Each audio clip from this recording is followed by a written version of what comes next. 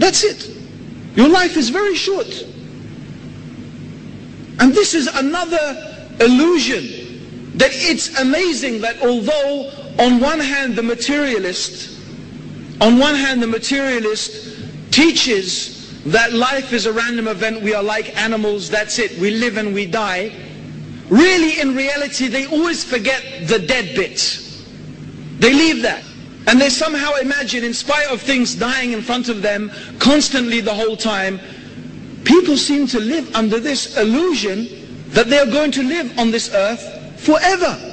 So they build fantastic houses and amazing palaces, and they surround themselves with wealth and all sorts of things as if they are going to be enjoying this forever.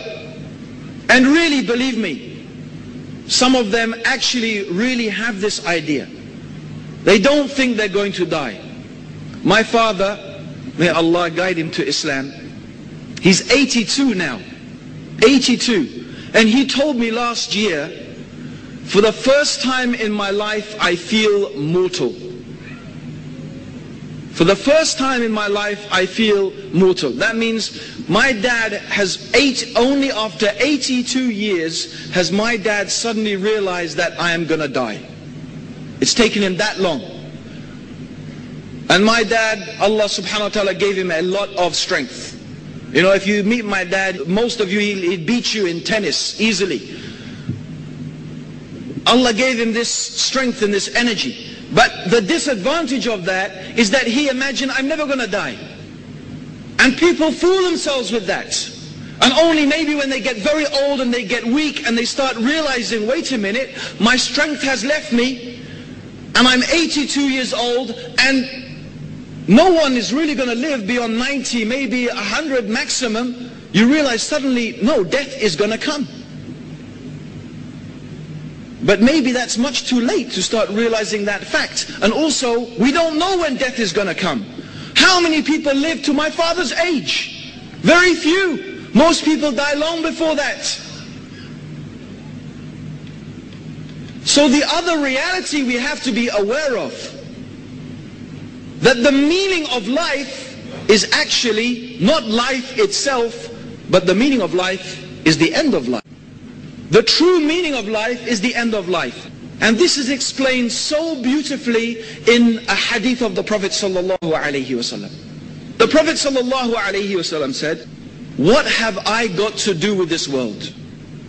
I am like a rider on a journey who has taken rest underneath the shade of a tree and then continues on his journey. Let us think about this beautiful, beautiful similitude, this allegory that the Prophet ﷺ has given us about this dunya, about this world. This world is like a man. First of all, you imagine someone on a long journey, especially in those days, through the desert, in the heat, traveling for many, many hours, many, many days, in fact, perhaps many weeks. So imagine you are on your camel in the desert, traveling for many days. What would happen, do you think, if you did not stop and take a rest? If you did not stop and take a rest, you will not complete your journey, because you will fall off your camel, maybe in the night or the day, from exhaustion. The camel would keep going and you would be left in the desert alone to die. You need that rest. That rest is very important, because that moment that you take to rest gives you more strength to carry on your journey and to reach your destination. Yes? So when the man is sitting underneath the shade of the tree, he is getting what he needs in order to complete his journey. This is part of his za'ad, his provision, his provision. Okay? So this is our existence. Our existence is like a long journey. From when Allah, He created us until we reach our destination. But our destination is not this world. No. This world is like the rider who takes the shade underneath the tree.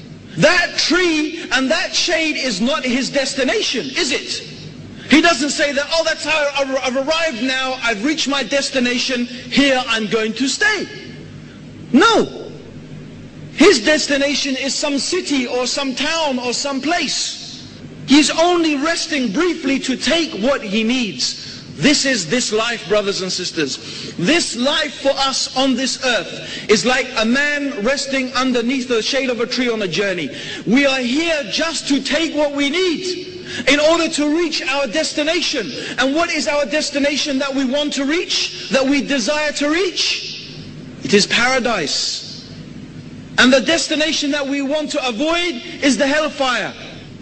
And the stage that we have to pass before we get there is the day of judgment. And what is Allah going to reckon for us, and what is Allah going to account for us, except our deeds? Good deeds and bad deeds. So what do we need from this life? Good deeds. That is the provision we need from this life. That is what we need to take from this world. Good deeds. So that we can reach our destination of paradise. But most people, my brothers and sisters, they are fools. They imagine that this is the destination. They have been confused, and they have been taken in by the life of this world, and they have been deceived by the life of this world, and they imagine this is the destination. Here I am, I've arrived. What a beautiful world it is. Look at the sun, look at the trees, look at these nice things, and they amass the wealth, and they build nice houses, and they have palaces for themselves and cars, and they believe this is it. So they do everything they can to acquire the things of this world. But the reality is, they will die, and they will not take any of it with them. And then they will see the true reality, and they will see that they have prepared nothing for their journey. And when they meet Allah on the day of judgment, what deeds will they have? What deeds will they have? Nothing. They acquired nothing with their deeds. They got no benefit from it. Because they didn't do it, and even the things they didn't do that hoping that they will have something waiting for them in the next life. These people who did, in some of them, it's true, they do good deeds. They do good deeds. But these good deeds will only benefit them in the life of this world. They did not do that seeking the hereafter. It's no good if you have a bank account and you just put your money in the bank account. All you will get is what you put in. But if you invest your money in a business, or in the terms of the kuffar, if you put it in an interest-bearing account, it's not halal for us, but I'm just giving you an example. If you put it in an interest-bearing account, then you not only have your money, but you have what you have earned on top of it. Yes? You have the interest you have earned, so you're making something. You can't put your money in a normal account and expect that you will get the return on it. You will not. So a person who invests all their effort in the dunya, how can they expect that they are going to get something in the akhirah when they meet Allah? Because they did not invest in that. They only invested in the dunya. This is another explanation why the deeds of the disbelievers are of no benefit to them on the day of judgment. They are of no benefit to them on the day of judgment. Because they invested only in this life. They did not invest in the akhirah. They did not invest in the life to come. And the only way you can invest in the life to come is by following what Allah wants us to follow, by investing the way Allah wants us to invest.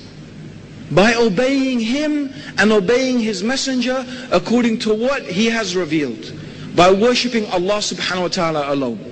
So this, my brothers and sisters, is another very important thing to realize about the life of the human being. The meaning of the life. The meaning of life actually is not this life. The meaning of life is the day that we are going to stand in front of Allah, and He is going to weigh up for us, and He is going to account for us the things that we did, the good and the bad. And we will be rewarded and punished accordingly.